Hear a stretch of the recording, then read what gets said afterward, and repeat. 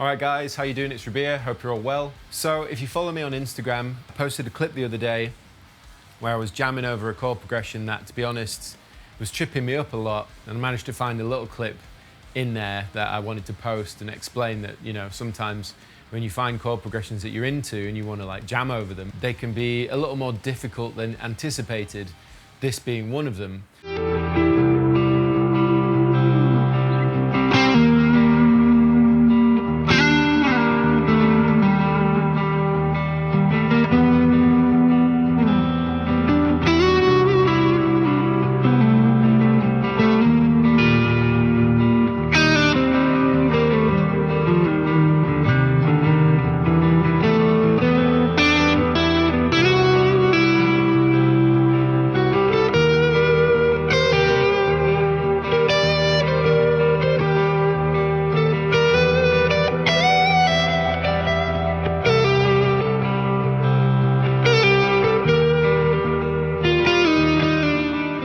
So it got me thinking, maybe I'll do a video on it.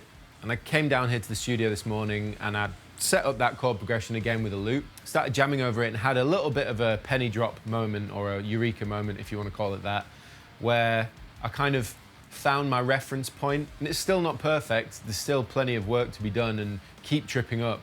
But I found this reference point and I thought, you know what, it's probably worth trying to explain that in a video to you guys if you like improvising or if you want to get into it and you know, you have a little bit of trouble when you're coming up with something cool and you want to play over it, but you might struggle a little bit. It's worth saying that improvisation, as far as I'm concerned, is one of the most important things that you can do as a musician. Not everybody has to do improvisation. People like to just recite other pieces or, you know, learn their own pieces and play them exactly as they are. That's totally fine. Some people are kind of afraid of improvisation because it can definitely show weak points and it exposes you a lot, and it can make you sound really bad. But equally, it can make you sound really good. So it really depends. But for me, it's always been something that I've felt is very important to me as a guitar player. And sadly, I don't get to do it as much anymore because, you know, with the bands and stuff, we're writing specific songs. I don't really have the opportunity to jam with mates quite as much anymore. So I don't really get a chance to properly delve into improvisation as much as I'd like. So that's where loopers come into the situation. I find them very, very handy. Again, don't use them as much as I should, but when I do, I always kind of go, man, this is such a good way of developing my improv. And it's just a case of trying to keep things fresh, come up with new chord progressions that you like, that you can attempt to jam over. And it's also worth saying that improvisation takes a lot of practice. As far as I'm concerned, it takes as much practice as learning technique, learning music theory, if you want to do that, like learning scales, like all that kind of stuff. You learn those pathways and you learn those little connective points that allow you to take a mental breather while you think about the next phrase you might want to play. It's really important. The more you do it, the more you learn those little breathing spaces and little ways to connect it. And the more you do it, it becomes more fluid, it becomes more natural, it sounds more intentional, and generally allows you to sound more competent as an improvisational musician. I'll try and explain a few of these things throughout this demonstration of this particular chord progression that I've come up with that I really like, but as I said, it keeps giving me jip when it comes to trying to jam over it. I don't sound as fluid and I don't sound quite as comfortable as I'd like to because of the way that it's constructed. So without further ado, let's get into it. Also a very quick one, you may have noticed Mike, my trusty model to my left, wearing one of my new t-shirts. I now have more merch. I'm wearing another one of my new t-shirts at sleeplessapparel.co.uk. A load of people have asked for these. They were really popular when I first brought them out, so I thought I'd take a moment to say if you'd like to get one of these shirts or that shirt. We have the Tarot series, there's the guitarist, bassist and drummer t-shirts, along with the group of those on this particular long sleeve.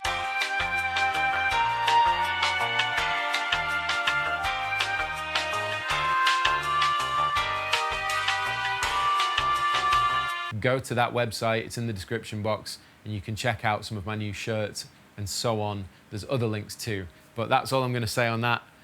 Let's crack on.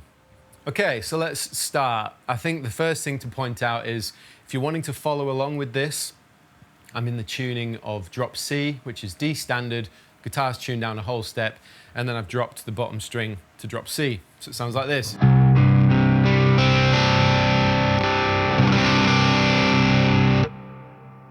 As far as I'm concerned, it doesn't really matter what tuning you're in, the principles all apply. But it's a tuning that I seem to be in a lot of the time. So anyway, let me start by playing you the chord progression.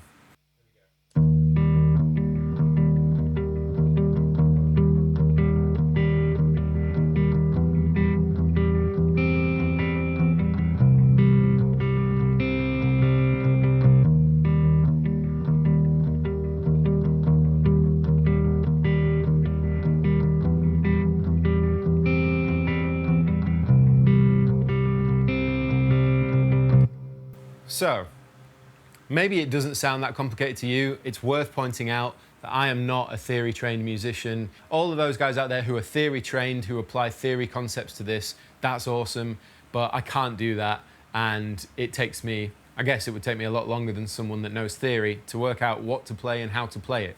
But for all those that want to follow this chord progression, as long as you're in a drop tuning, this will apply. But I'm playing on the 3rd fret with a major. Then I'm moving that root up, so it becomes a minor, and then, which is my open C. So I've got,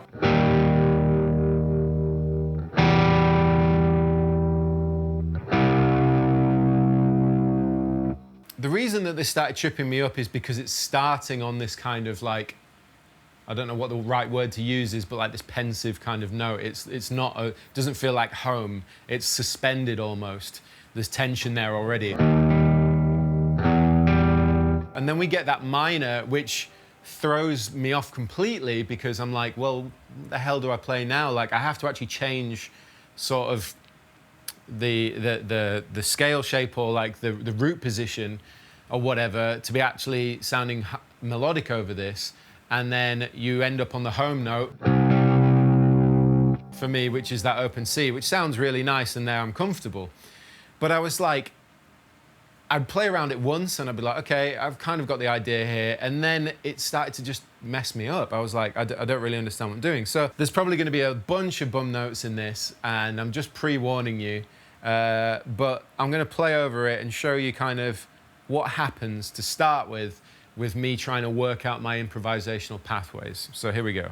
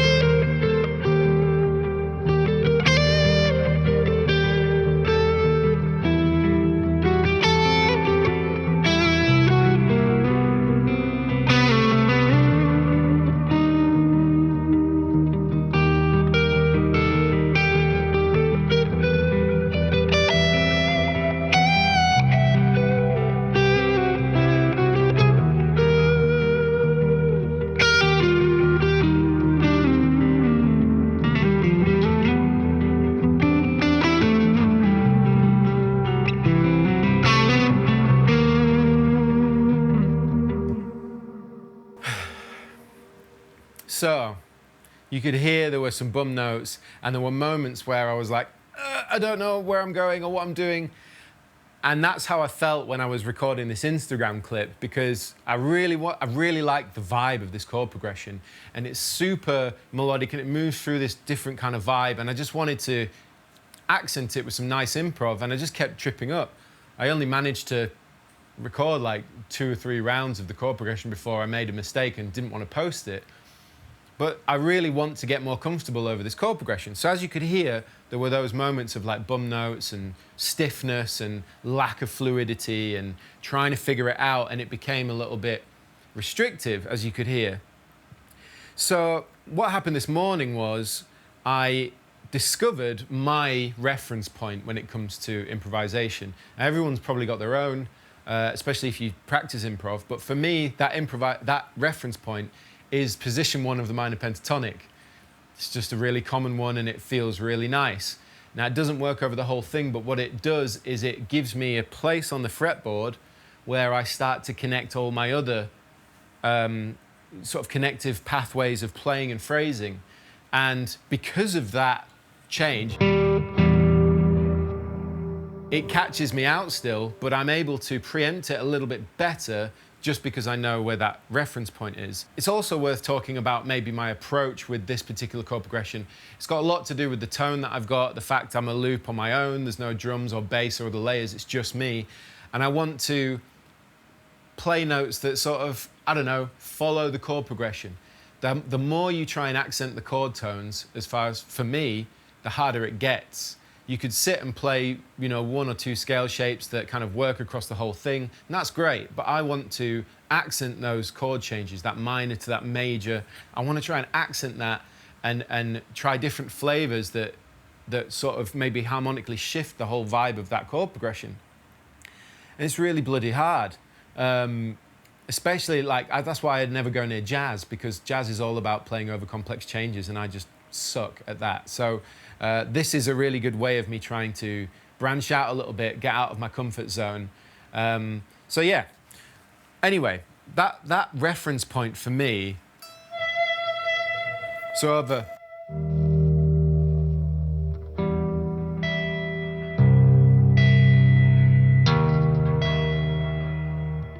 So what I did there was I accented with that note for me is kind of the center, like it works over 2 of the 3 chords. It's my kind of like key center. Again, forgive me, I don't know theoretical terminology very well, but for me that's like the most home note I could find, and it works over 2 of the 3 chords. As you could hear, that doesn't work, but that works, and that works too.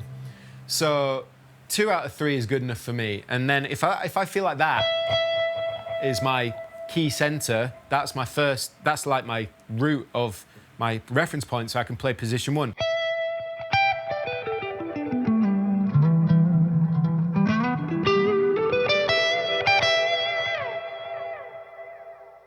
So when I found that, I was like, okay, I feel a little bit more comfortable because I can start to play.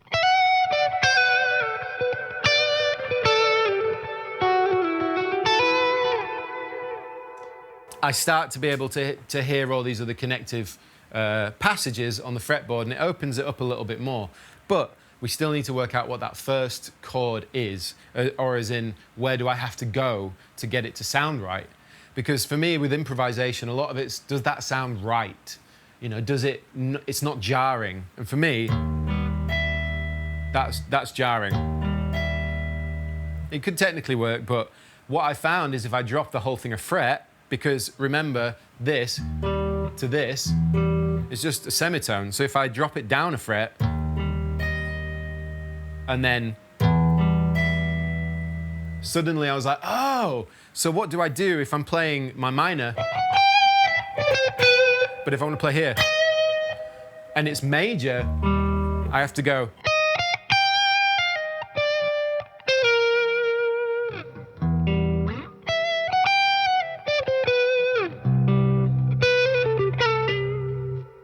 And suddenly I was like, oh, it makes more sense to me. I'm not saying it's completely unlocked everything, but what it allowed was me to start applying shapes that I'm familiar with, whether they're major or minor, and start to have a little bit more freedom and apply a little bit more of my improvisational vocabulary to this chord progression. So I was very grateful when I discovered that. And to those of you who are theory trained, you go, yeah, could have told you that from square one. But for me, this was like, oh, finally. For all those wondering what note that is, that's the 14th fret E string. I'm not going to give you the notes because we're down a whole step. But it would be if we were in standard tuning where F sharp is. So. And then for me to play that first chord, drop down a semitone, I go to where F would be, or 13th fret. I'm sorry, that's pretty confusing, but just try and apply this to whatever tuning you're in. So, if we're starting that first shape,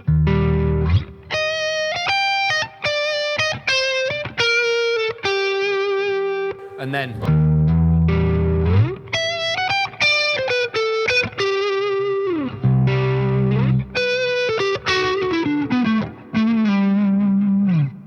suddenly I feel like I'm a bit more comfortable there. So what I'm going to try now is improvise over the chord progression with that in mind. Let's see what happens.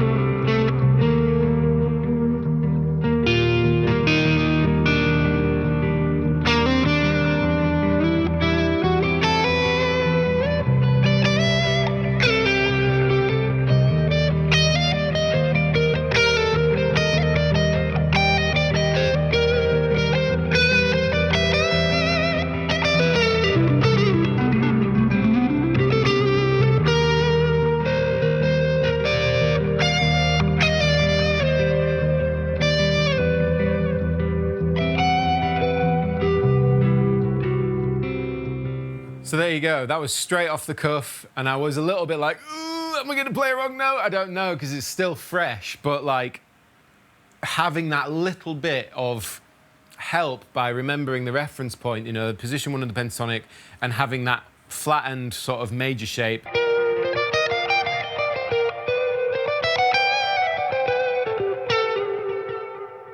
I suddenly feel a little bit more comfortable, and that is the starting point for me to start exploring more and more how I can play around with this chord progression, move up and down the fretboard and find other unlockable areas that have that same feeling for me. Like I know that I can use that as a starting point and get somewhere with it. So yeah, that was the kind of main point of the video, was to sort of talk about finding your reference point in a chord progression that you might be slightly uncomfortable with.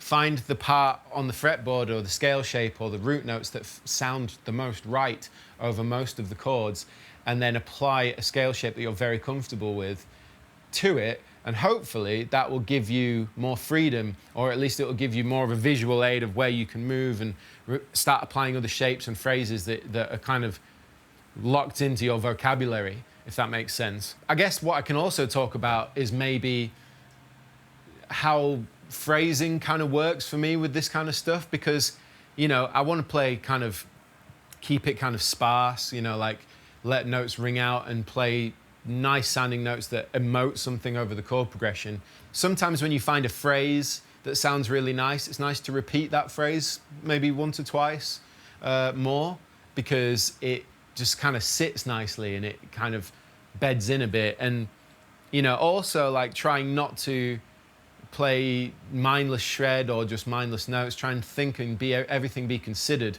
That does make it harder though. When you start to consider too much, you can overthink it and then play the wrong thing. But yeah, let me play again, and then hopefully if I do a good job, I'll break it down what I'm doing.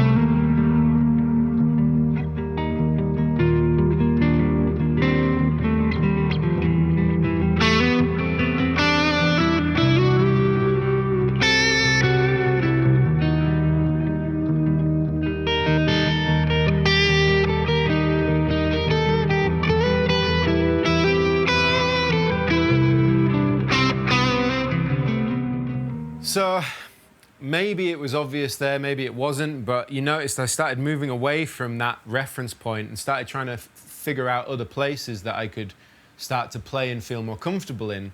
And there was a lot of that playing there to me that sounded like I was figuring it out. Maybe it didn't to you, I'm not sure. Or maybe it's just because I knew I was trying to figure it out that it sounded that way to me. Maybe it sounded collected to you.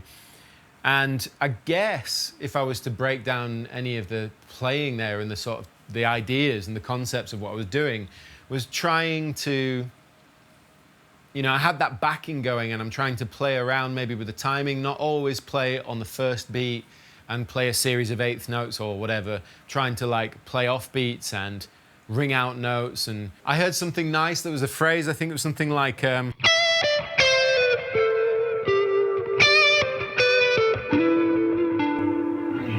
or something like that. And it was like, I could play the same thing twice.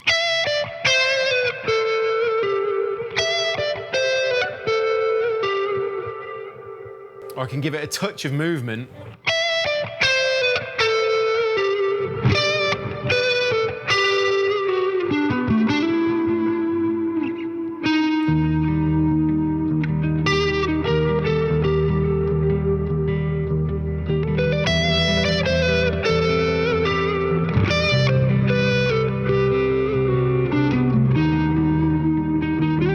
So yeah, I think, you know, not always playing around on the first beat and sticking to the quarter note, you know, pulse, messing around with the timing and where you start playing a phrase, and I guess attempting to sound fluid. And if you feel like you hear a phrase that kind of sounds nice, repeat it again, maybe add a little bit of movement to it. With this style of chord progression and the kind of improv approach I wanted to take, I just wanted to share that little like eureka moment where I found a reference point that made me feel more comfortable when playing over a chord progression that I'm not very comfortable with. And it's a nice exercise to put yourself out of your comfort zone when practicing new things, because ultimately it's just going to progress your guitar playing and progress your musicianship, your ear. You'll hear that chord progression maybe come up again, or those intervallic jumps in the chord in different piece maybe in the future, and go, ah, I've done this before, this sounds familiar. I feel confident I can play something nice over that. If you'd like any more content on this kind of thing, as I come across it, I will share the bits of knowledge that I'm trying to pick up along the way. But of course, I really appreciate your support and watching and all the kind words you put in the comment section and stuff. And if anyone's got any kind of tips on, you know, maybe helping with playing over complex changes, little, you know, cheat codes or like hacks that you've worked out for yourself, share them with the community in the comment section below. But that's the video. So thank you all very much for watching this video. Please like, subscribe and share to my channel if you like the content. I've got links to all my music in the description box. I've got links to tabs to my music in the description box. And of course, my new t-shirts. As you can see, Mike very comfortably modeling one of the new shirts. So go to sleeplessapparel.co.uk if you want any new shirts. But until next time, I've been Rabea and I will see you all very soon.